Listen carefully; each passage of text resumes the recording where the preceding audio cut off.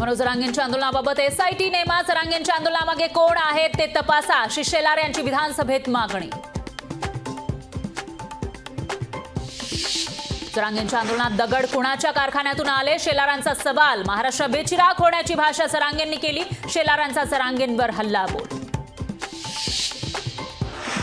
रांगेंना विश्वासू माणसाचा फोन आला, तो शरद पवारांचा होता. मनोज रांगेंना अटक करून एसआयटी चौकशी करा, विधान परिषदेत प्रवीण दरेकरांची मागणी.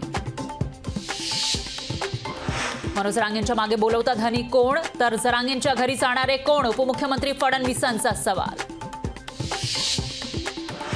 मनोज रांगेंना राजकारणी कुणी केलं, जरांगे पाटलांवर टीका करणारे कुणाची माणसं, विजय वडेट्टीवार यांचा सवाल. रांगेंनी मुख्यमंत्र्यांवर कधी आरोप केले नाही, मनोज रांगेंचं आंदोलन दडपवण्याचा प्रयत्न होतोय. रांगेंच्या आरोपांवर अंबादास दानवेंची प्रतिक्रिया. मराठा समाजाला सर्वांनी एकमतानं आरक्षण दिलं आरक्षण टिकणारं आहे, मुख्यमंत्री एकनाथ शिंदेंची ग्वाही. मनोज रांगेंनी देवेंद्र फडणवीसांवर खालच्या पातळीवर आरोप केले, असे आरोप कोणावरही झाले असते तर सरकार त्याच्या मागे उभं राहिलं असतं, मुख्यमंत्री शिंदेंचं विधान. मनोज रांगेंच्या आंदोलनाची एसआयटी चौकशी होणार, विधानसभा अध्यक्ष राहुल नार्वेकर यांची माहिती. तपास यंत्रणेचा दुरुपयोग करून गुंतवलं जात आहे, तपासात काही निघालं तर देवेंद्र फडणवीसांना जेलमध्ये टाकावं लागेल, विधानसभेतील आरोपांवर मनोज रांगेंची प्रतिक्रिया. मराठा आंदोलनासाठी कोणत्या राजकीय नेत्यांची मदत घेतली नाही, आरोपांवर मनोज रांगेंचं स्पष्टीकरण.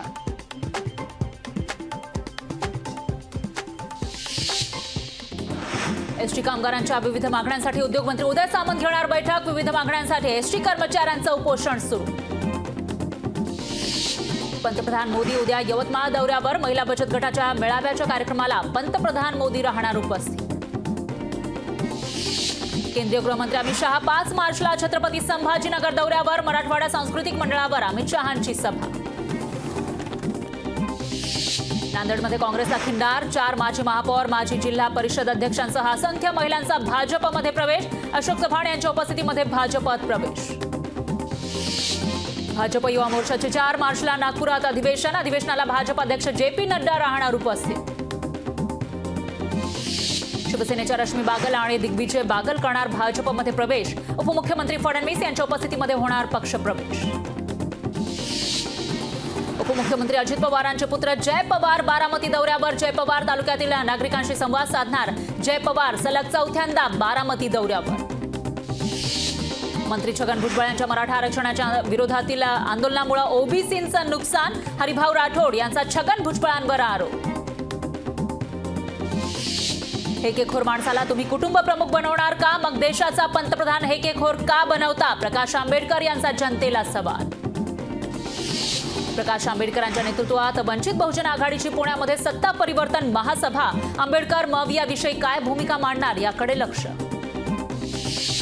मनोज रांगेंसह 1000 मराठा कार्यकर्त्यांवर गुन्हे दाखल, पोलीस परवानगीशिवाय आंदोलन केल्यानं पोलिसांकडून गुन्हा दाखल. छत्रपती संभाजीनगर, बीड आणि जालन्यातील इंटरनेट बंदचा ऑनलाईन व्यवहारांना फटका, 30 कोटींपेक्षा जास्त व्यवहार ठप्प. विविध मागण्यांसाठी शेतकरी आंदोलकांचा नाशिकच्या जिल्हाधिकारी कार्यालयाबाहेर मुक्काम, आंदोलकांनी पेटवल्या कार्यालयाबाहेर चुली. मुंबई पुणे एक्सप्रेस हायवेच्या 8 पदरीकरणाचा खर्च 6080 कोटींवर, सरकारनं निधी न दिल्यास 2060 सालापर्यंत टोल भरावा लागणार. थकबाकीदारांच्या घरी पुणे महापालिकेचे बँड पथक, पालिकेच्या मोहिमेमुळे 1,58,00,000 कर जमा, 1200 मिळकत धारकांना पालिकेकडून नोटीस.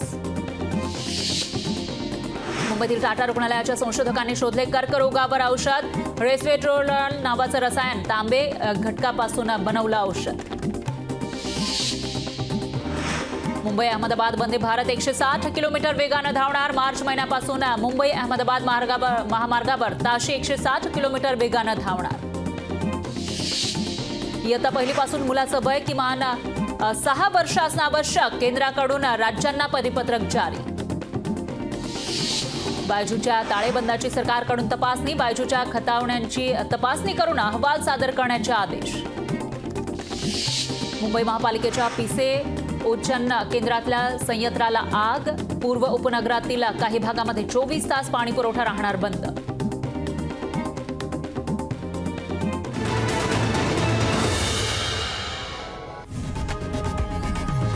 लोकशाही मराठी. ऐका, पहा, जागरूक रहा.